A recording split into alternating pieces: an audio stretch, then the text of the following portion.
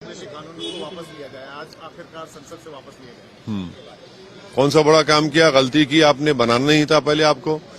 आपने संविधान की धज्जियां उड़ा दी, ब्रूट मेजॉरिटी पर अपना कानून बनाया, जो स्टेट लेसल सब्जेक्ट था उसको आपने अपने पास ले लिया, जिसकी वजह से 750 किसानों की मौत हो गई और 1 साल से किसान प्रोटेस्ट कर रहा है।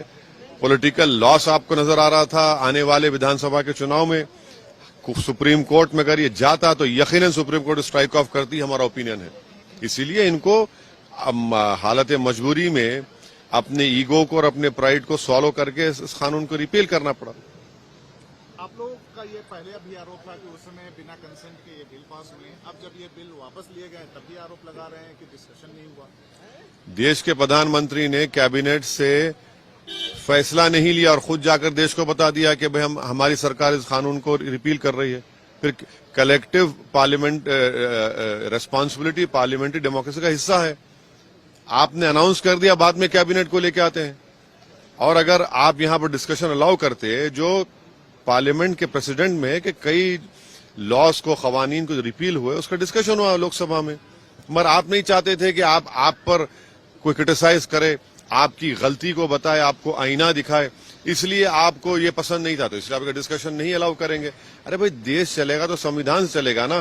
देश के प्रधानमंत्री हैं आप कोई गयासुद्दीन बालबन या नेपोलियन बोनापार्ट तो नहीं है, ये चंद्रगुप्त मौर्य तो नहीं है कि आप एक फरमान जारी कर दें हम सुन लें। इस बताइए फिर 750 किसानों की जो मौत है उसका क्या करेंगे? उनकी मदद करेंगे नहीं करेंगे? आप यूपी में चुनाव लड़ रहे हैं, आपने ये दावा किया है कि 100 से ज्यादा सीटों पे आप चुनाव लड़ेंगे।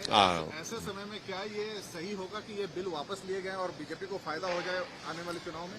बीजेपी ने चुनाव को सामने रखकर ही हालत मजबूरी में अपने पॉलिटिकल लॉसेस को देखते हुए उन्होंने ये फैसला लिया है। तो ये आपको घाटा पहुंचा सकता है आगामी चुनाव में, ये बिल वापस लेना सरकार? किसको पहुंचा सकता है? आपको। हमको? एक मुद्दा आपसे छीन लिया बीजेपी ने। हमारे पास बहुत मुद्दे हैं। प्राइस राइज का मुद्दा है, पेट्रोल डीजल का मुद्दा है, सरसों के कीमतों का मुद्दा है, योगी की पुलिस की और उनकी सरकार की मुसलमानों को लॉकअप में मारने का, दलितों को मारने का मसला है। बहुत मुद्दे हैं।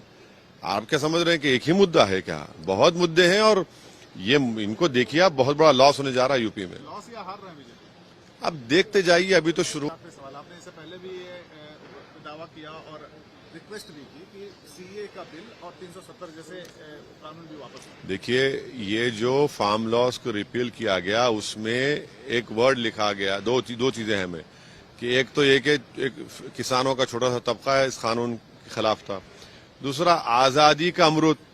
अरे भैया, ये सरकार अगर मुजाहिदीन आजादी को मानती है तो उनका पैगाम, उनका स्पिरिट क्या था कि देश में कंसेंसस और कंसेंट पैदा करे कानून बनाएंगे।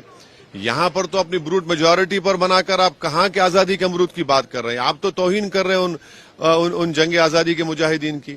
और अगर छोटा सा तबका खिलाफ है तो भारत में आज एक बहुत बड़ा तबका जो संविधान को चाहता है और मोहब्बत करता है, वो ये कह रहा है कि CAA का कानून रिलीजन की बुनियाद पर बनाया गया, जो आर्टिकल 14 का ग्रेव वायलेशन है। इसीलिए हम सरकार से डिमांड करते हैं कि उसको वापस लिया जाए CAA कानून को।